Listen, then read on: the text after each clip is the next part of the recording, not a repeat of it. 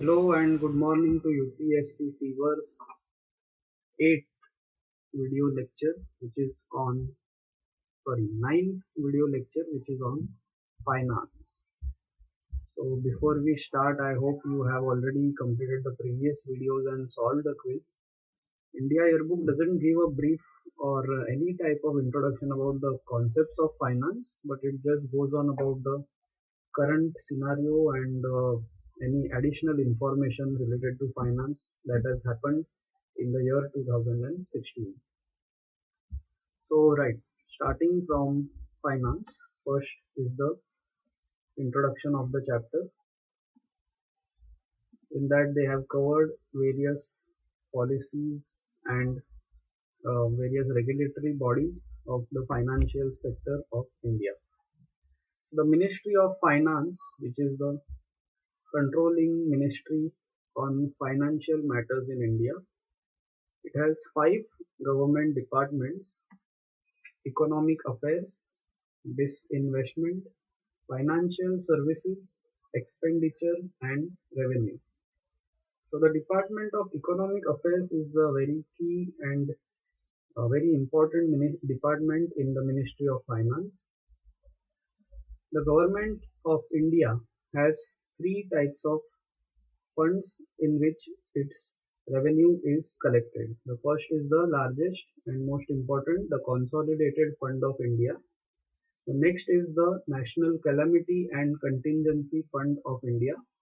And the last one is the Public Accounts of India. So all these three are used to manage the finances of the government. The Consolidated Fund of India is the largest one, to which all the tax revenues and loan revenues and any other type of dividends received by the government is credited to this fund, and money from this fund can only be withdrawn after parliament's approval, which happens during the budget. The contingency fund is for emergencies, and the money is can be withdrawn but needs later to be approved by the parliament. The controlling authority of the contingency fund is the Secretary of the Finance Ministry, but on paper the titular control is with the President. The Public Accounts Fund is for day-to-day transactions and no legislative approval is needed for any kind of withdrawal or deposits in this account. Then, as I said, the most important department of the ministry, which is the Department of Economic Affairs. This department is responsible for preparation of the union budget and budgets of the states under President's rule, and also the union territories that do not have a legislative assembly. The budget is sanctioned through the appropriation bill, which contains all the demand for grants. So each department has its demand for grant, and which is approved by the departmental standing committee, and finally it is put into the appropriation bill. A detailed procedure of the budget is given in the Indian economic section, so here we will only refer to it in passing.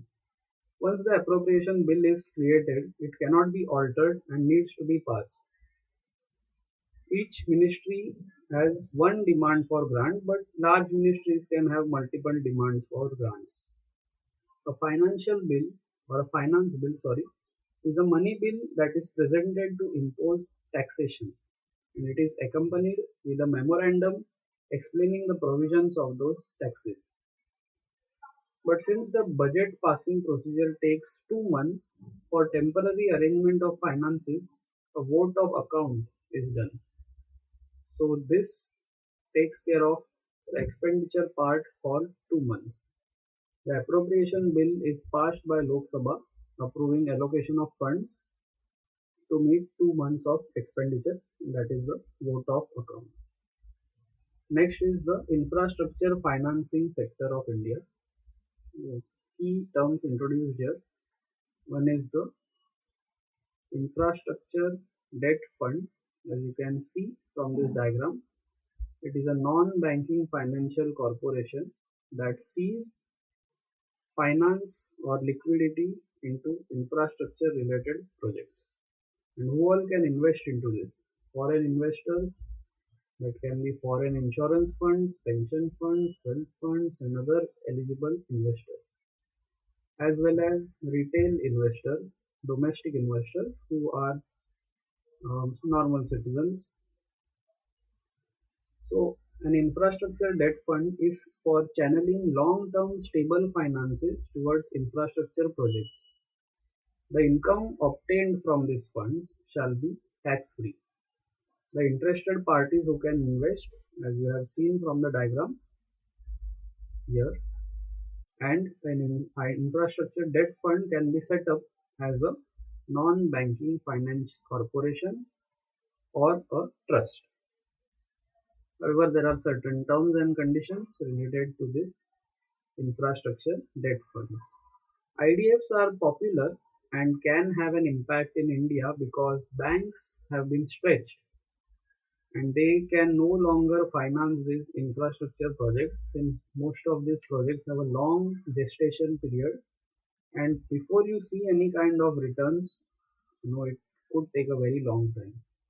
So this infrastructure debt fund concept has been doing the rounds and would become very popular. Next is the Real Estate Investment Trust and Infrastructure Investment Trust, REIT. So as you can see here, these are also mutual funds.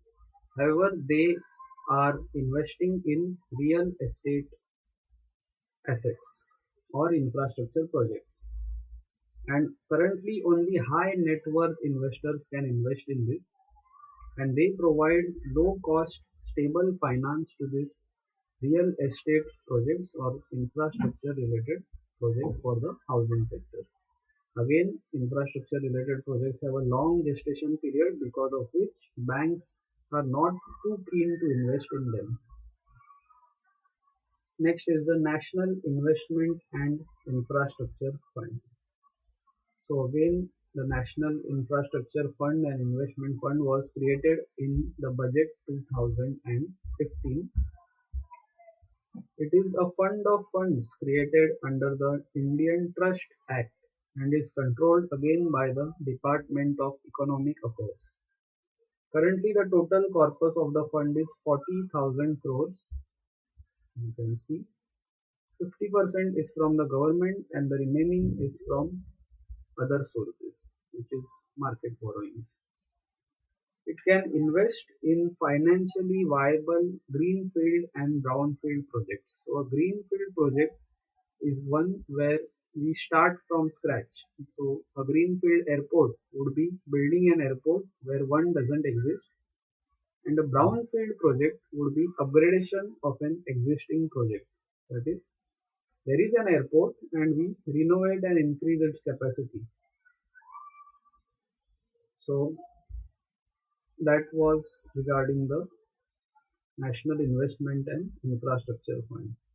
The final topic in this chapter is the Foreign Investment Promotion Board, FIBP, again under the Department of Economic Affairs. So this board is a single window clearance for foreign direct investment proposals. The Secretary of the Department of Economic Affairs is the chairman, and it has other members like the Secretaries of Ministry of External Affairs, Overseas Affairs, and Small Scale Industries. However, the FIBP approves projects which are 1200 crores worth, and beyond that they have to go to the Cabinet Committee on Economic Affairs. Currently, we are following a very liberal FDI policy under which most of the sectors have been liberalized. So, if any foreign investor wants to open a branch or a store in India, they can do so via the automatic route without any approvals.